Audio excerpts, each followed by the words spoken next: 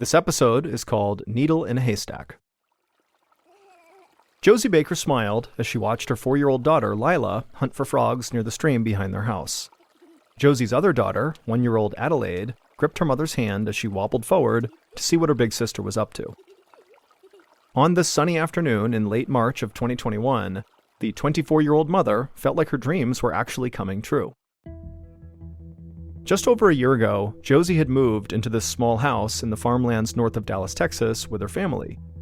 They all loved the fresh air and wide open space, and little Lila had become close friends with the cows that grazed in the pasture next door. Josie shared her daughter's love of animals. She actually worked as a veterinary assistant in a local animal hospital, and the family had even taken in a pet raccoon named Jinx. Josie checked her watch and realized her husband, Dustin, would be home soon from his job as a firefighter and paramedic, and so she needed to start fixing dinner. She called out to Lila and scooped up baby Adelaide. Then the whole crew headed for the back door of their house. But the moment Josie stepped inside the house, she was overwhelmed by a strong floral smell, like someone nearby was wearing way too much perfume. Josie held her nose and peeked inside the kitchen, and it was a total mess. Cabinet doors were wide open, and it looked like the food inside had been hurled across the room. Boxes of cereal and bags of chips were ripped open and spilled all over the counter and the floor. The cabinet under the kitchen sink was also open, and broken bottles of dishwashing detergent and other cleaning supplies were spread out all over the place. And when Josie looked closely, she saw something else: tiny animal footprints tracking the mess out of the room. Now, Josie knew exactly what had happened to her kitchen. Jinx, their raccoon, had ransacked it. Jinx was supposed to live in an enclosure in the living room, but clearly he'd escaped and decided to have some fun in the kitchen. Josie ultimately found Jinx hiding under the bed in Lila's bedroom, and while she was mad, she couldn't really stay mad at him as he stared out at her with his little black cute eyes. And so Josie coaxed him out with some food before picking him up and returning him to his pen. As she swept up the broken glass in the kitchen, Josie felt like she actually had kind of dodged a bullet here. Because, this could have been a whole lot worse if maybe her girls had come into the house ahead of her and maybe got cut on all the shards of glass lying around. And so as she dumped the trash into a wastebasket, she had to admit to herself that all in all, the whole scene in front of her was actually kind of funny. While the house may be a total mess and a total pain to clean up, one thing was certain: their little raccoon Jinx, after breaking into all the cleaning supplies, was now the sweetest smelling raccoon in the state of Texas. 2 weeks later, after tucking in the girls for the night, Josie walked back out to the living room to snuggle up on the couch with her husband Dustin. But when she stepped into the room, she found Dustin standing in the corner, staring into Jinx's enclosure. Josie was curious, and so she walked over to see what he was looking at, and when she looked down, she gasped. Jinx was acting so weird. The raccoon swayed and staggered as he walked around his enclosure, almost like he was drunk. He also kept bumping into objects and walls, which made Josie think maybe his vision was impaired. Because of her job as a veterinary technician, Josie had been around plenty of sick animals, but Jinx's condition was something she'd actually never seen before in any other animal. So she told Dustin that she would bring Jinx with her to the animal hospital first thing in the morning. The next morning, Josie stood by while one of the vets at her hospital examined her raccoon. But after a few minutes, the vet turned to Josie and admitted that they too were totally stumped by whatever was bothering Jinx. They didn't understand what it was. Josie agreed that the best course of action now would be to keep Jinx under observation at the hospital and run some additional tests. But over the course of his stay, nothing the veterinarians did seemed to help Jinx, and in fact, Jinx just seemed to get sicker and sicker until he basically just lay in his cage, panting with his tongue out. And then 2 days after he had come to the hospital, Jinx died. Josie was devastated, but she was far more concerned about how her daughter Lila would react to Jinx's passing. She was going to be absolutely heartbroken. The day after Jinx's death, the Baker family walked solemnly down the path behind their house towards the stream, and they buried Jinx under a tree.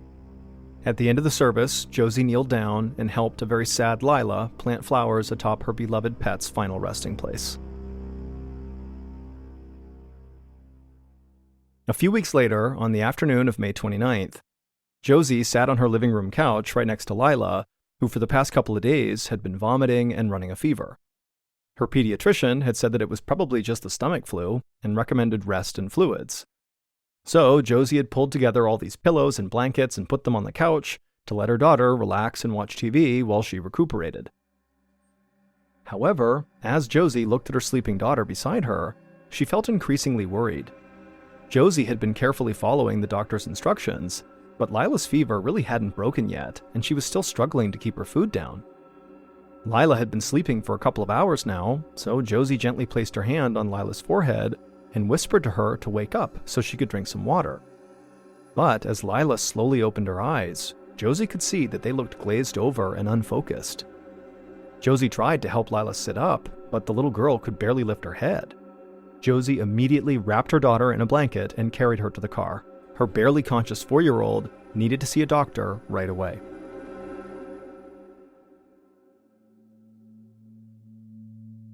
Later that day, Josie climbed out of an ambulance outside of the Children's Hospital in Dallas, Texas, while orderlies ran to help unload Lila from the back. The doctor at their local hospital, where Josie had gone first, had told Josie that based on her daughter's condition, this local hospital could not help her. They needed specialized care. So Lila had been rushed in an ambulance to a major pediatric hospital instead. Once Lila was unloaded from the ambulance, she was immediately taken up to the intensive care unit. At the same time, a doctor named Catherine Merrill met with Josie in the hallway to explain what they were going to do to treat her daughter. Dr. Merrill said that Lila's white blood cell count was very high, which was a strong indicator that Lila was fighting off an infection. Josie listened carefully as the doctor laid out the range of tests they planned to run to try to figure out where this infection came from and where it was located in Lila's body. Dr. Merrill also explained that while the testing was in progress, they would also be administering antibiotics to Lila to help her fight off whatever this infection was. As they talked, Josie could hear her daughter throwing up again, so Josie quickly thanked the doctor and rushed back to her daughter's bedside. Over the next couple of days, the doctors and nurses and medical team ran dozens of tests on Lila, but unfortunately, the results of those tests didn't really tell them anything. All the tests could confirm was that whatever was going on with Lila was not one of the common suspects, like bacterial meningitis or a foodborne disease like salmonella. And as each test came back basically showing nothing, Dr. Merrill became more and more confused. Meanwhile, Lila's condition grew even worse. Her frequent vomiting caused her to have trouble breathing, which led to low oxygen levels in her blood. So Dr. Merrill decided to insert a breathing tube through Lila's nose and down her windpipe, requiring the little girl to be heavily sedated. Lila's illness consumed the entire family, as first Josie and then Dustin took leave from their jobs so they could spend more time at the hospital with their girl. But day after day, no new information came in, and Lila kept getting worse. Not only was she completely incapable of holding her head up now, she couldn't even walk or speak. And so it wasn't long before Josie and Dustin began to fear the worst, that they might never get their sweet, energetic 4-year-old back.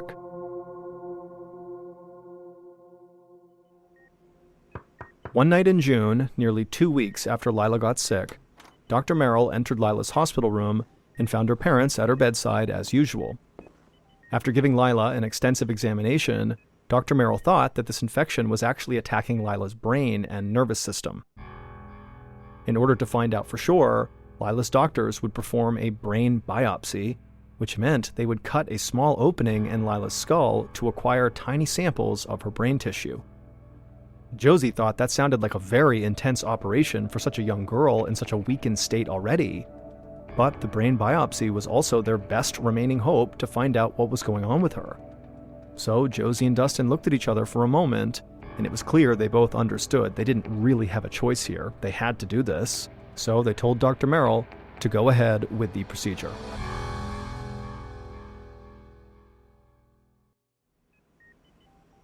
A few days later, Josie sat by Lila's hospital bed and read to her from her favorite book, while Dustin napped nearby in a chair. Lila was still not able to speak or walk, but she had made it through the brain biopsy just fine and was actually starting to show small signs of improvement. And so Josie was actually feeling optimistic for the first time in a while. But moments later, Dr. Merrill entered and pulled up a chair to speak with the parents. The results had come back from the brain biopsy, and there was finally an answer to what was ailing their daughter. But the answer was not a good one. Dr. Merrill said that Lila was suffering from a rare and potentially deadly bacterial infection known as melioidosis.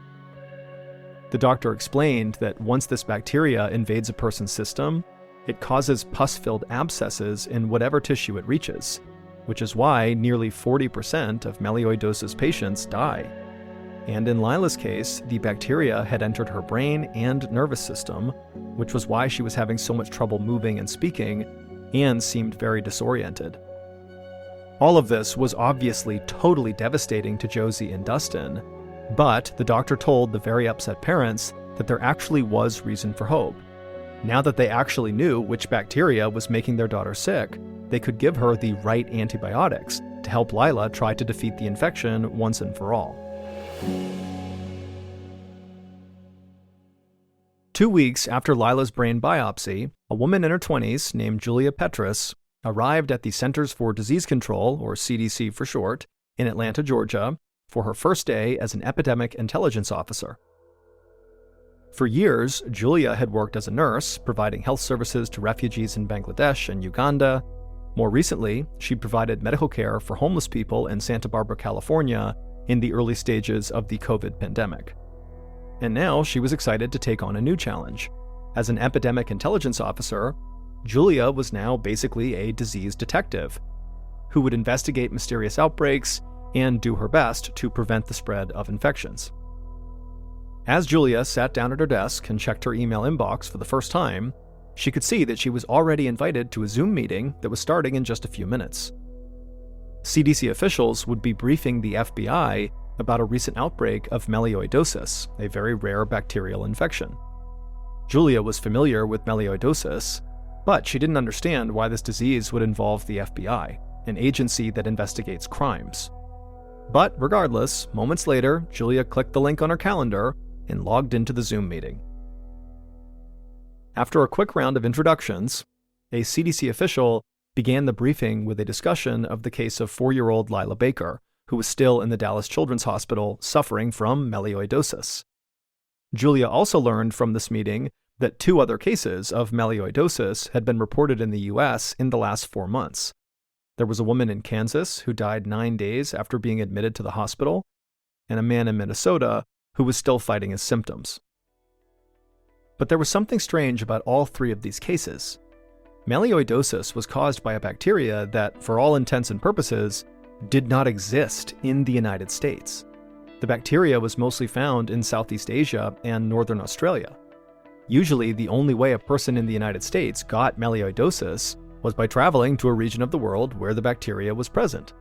But none of these 3 patients had traveled outside the United States anytime recently.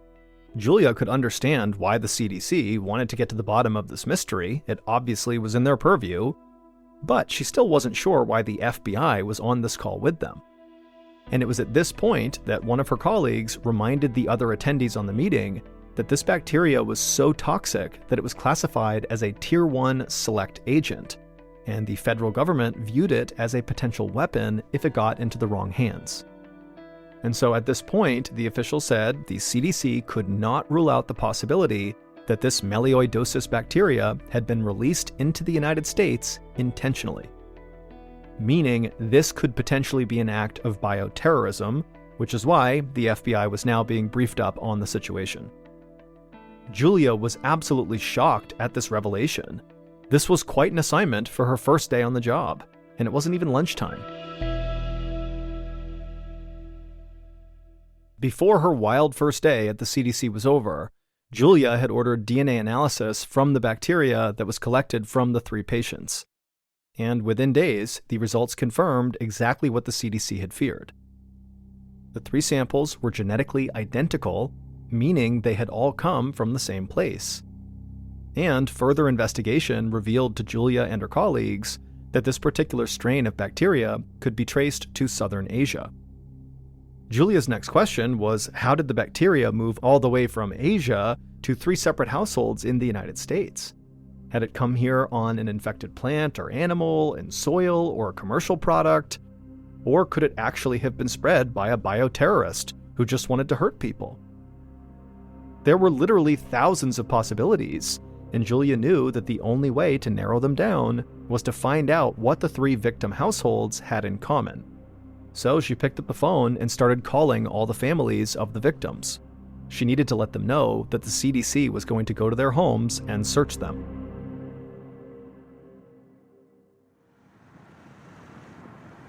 A few days later, Julia drove through the wide-open farmlands of northern Texas on her way to the home of the Baker family. The day before, she had spoken with Josie and Dustin Baker about the need for her to come and collect samples from their property. Other CDC officers were going to scour the homes of the patients from Kansas and Minnesota with the same goal: finding melioidosis bacteria. As Julia pulled her car into the gravel driveway in front of the Baker's home, a woman came out and introduced herself as Josie's sister. She said that Josie and Dustin were still at the hospital with Lila, but she was here now to let Julia know that she had free rein to collect whatever material she thought was relevant to her investigation. Julia thanked her, then started searching every inch of the Baker property for anything that looked like it could have come from Asia. She collected samples of food and cleaning products and placed them in plastic bags. Then she scraped algae from an empty aquarium she found behind the house, since there had been cases where imported tropical fish carried the deadly bacteria. Finally, Julia took soil samples from the bank of the stream near the house, as well as from the plants. As Julia waved to the sister and drove away from the Baker's home, she felt she had been very thorough in her investigation. Although she was still new to this job, she felt like it was very possible to her that the bacteria they were looking for was hidden inside one of the bags and bottles in the trunk of her car right now.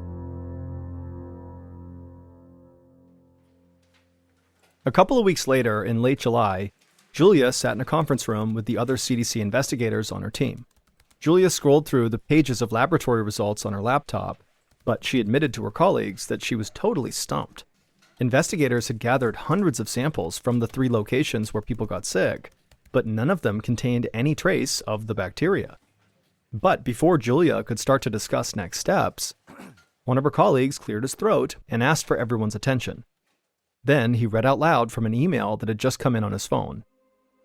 And as he read, Julia grew even more troubled. The CDC had just gotten word of a 4th case of melioidosis. This one was in Georgia.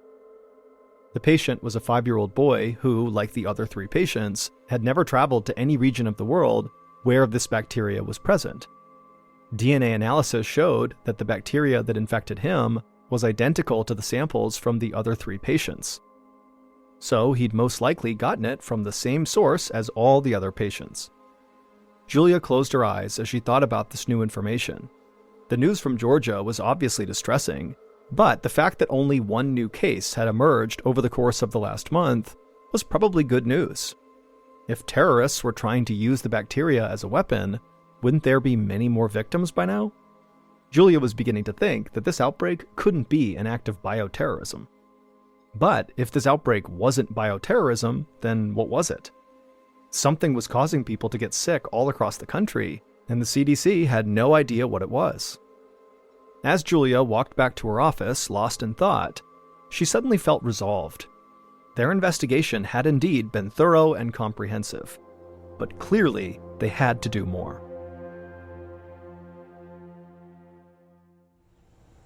A few weeks later, on a warm evening in the middle of August 2021, Josie Baker stood by Lila as her daughter's wheelchair was lowered from a van to the ground outside their home. Friends and family were gathered by the front door, clapping and cheering. After 2.5 months in the hospital, Lila was finally home. Josie was overwhelmed with emotion as she carefully pushed her daughter up a ramp that had been installed outside their house just a week prior. Lila's physical condition had stabilized and she was now breathing on her own. But as Josie watched Dustin lift Lila out of her wheelchair and gently lay her on her bed, Josie also knew that there was a long and challenging road ahead of them. Lila had still not regained her ability to speak or walk. Even holding her head upright continued to be a challenge. Josie had to accept a painful truth. There was a good possibility that her daughter had suffered permanent damage to her nervous system. And Josie had another worry. She still had no idea how or where Lila had picked up the bacteria. CDC investigators had not found the bacteria on their property, but it still seemed possible to Josie that it could still be lurking somewhere in their house. So she couldn't shake the idea that if they continued to live in this house, at some point, somebody else in the family was going to get this disease as well.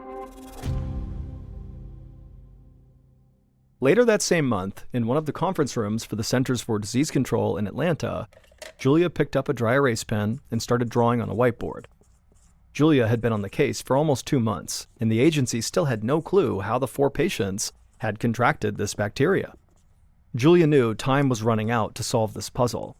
The more time passed, the greater the chance that the source of the bacteria might be spread to other locations.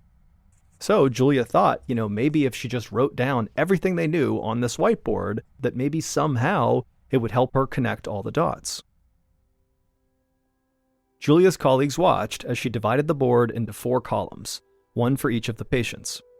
Under each column, Julia listed key details, including dates, medical symptoms, and environmental factors that could be relevant. As the board began to fill up, the team searched for any common factors that could help narrow their search for the source of the bacteria. At some point, Julia had written a ton on this board and just stepped back and looked at it. And when she did, she saw it.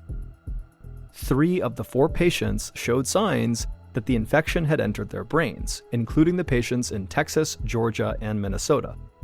Julia realized that this common thread could be an important clue as to how the bacteria entered the bodies of these patients. If their brains were infected, the bacteria most likely entered their body through their noses rather than through a cut or something they ate or drank, because the quickest route to the brain was through the nasal cavity, meaning there was a very good chance that in all of these cases, the bacteria was somehow inhaled. Julia felt re-energized. Even though CDC investigators had now made multiple trips to the victims' homes to collect samples, Julia knew, now that they had this information about inhaling the bacteria, that they would have to visit all of them one more time. Minutes later, Julia left and headed back to her apartment and began to pack her suitcase.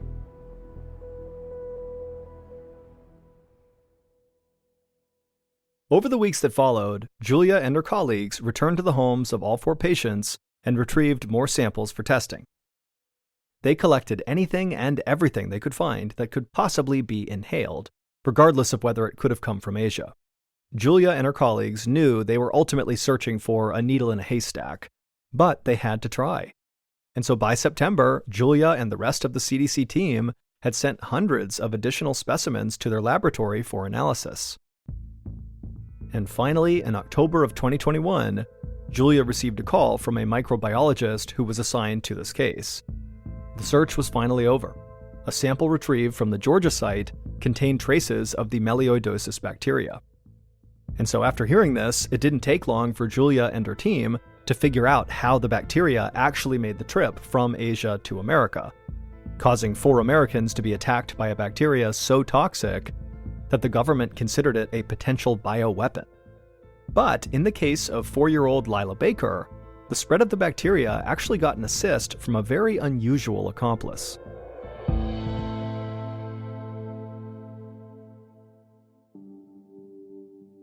Seven months earlier, in March of 2021, while Josie was watching Lila hunt for frogs near the stream behind their house, the family's beloved pet raccoon, Jinx, was busy ransacking their kitchen. Jinx was on a hunt for food, and he had made a huge mess as he opened every cabinet and drawer, ripping open boxes and bags in search of a tasty snack. Jinx eventually climbed onto the counter near the sink, and he saw a small bottle of liquid. The raccoon soon knocked the bottle off the counter, causing it to break open and spill onto the kitchen floor, releasing that very strong floral aroma into the kitchen. And then when Josie and the kids entered the house, Jinx made a run for it, hopping into that puddle and tracking that floral-smelling liquid throughout the house as he ran away to hide. The bottle that Jinx knocked off the shelf was a United States branded product that Josie bought at Walmart a few weeks earlier. And that same product had been purchased by all 4 of the households that had been struck by melioidosis. What Josie and the other families did not realize is that while they had all bought this American product at a local American store, It was actually manufactured and bottled at a factory near the southern tip of India. The bacteria that causes melioidosis was known to thrive in the wetter environments of this particular region of India.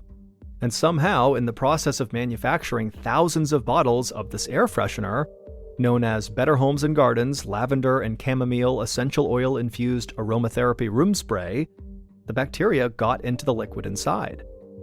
The bottles were then shipped to Walmart stores all across the United States. When customers used the product inside their home, particles of the melioidosis bacteria were sprayed into the air, where they were all inhaled by the people who lived there. Now, most of the people who inhaled the bacteria were healthy enough to fight off the bacteria, and they did not get seriously ill, but the victims in Kansas and Minnesota had other conditions that made them more vulnerable to this infection. And Lila and the young boy in Georgia were just so young that their immature immune systems were unable to fight off the bacteria before serious damage was done to their bodies. As soon as the source of this bacteria was identified, the CDC alerted Walmart, and Walmart quickly discontinued sale of the product and withdrew it from the market. Consumers who purchased the spray were told not to throw it away or pour it down the drain, since that could increase the risk of spreading the bacteria. Instead, they were directed to put the bottle inside of 2 Ziploc bags, then place it inside of a cardboard box, and then physically return it to a Walmart store. But that was not quite the end of this story. CDC investigator Julia Petrus eventually learned of a 5th potential victim of this strain of the melioidosis bacteria. Jinx, the Baker family's beloved pet raccoon, who died shortly after breaking the bottle that contained the contaminated air freshener.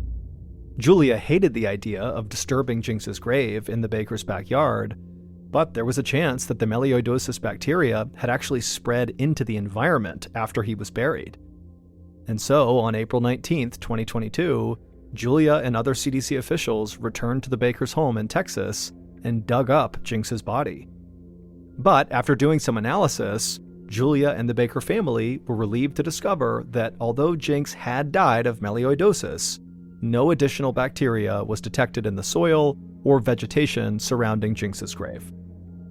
As of late 2023, Lila Baker has not regained her ability to speak or walk. Josie quit her job at the animal hospital and devoted herself full-time to the care of her daughter. Sadly, the little boy in Georgia died from the infection. However, the other 2 human patients did make full recoveries.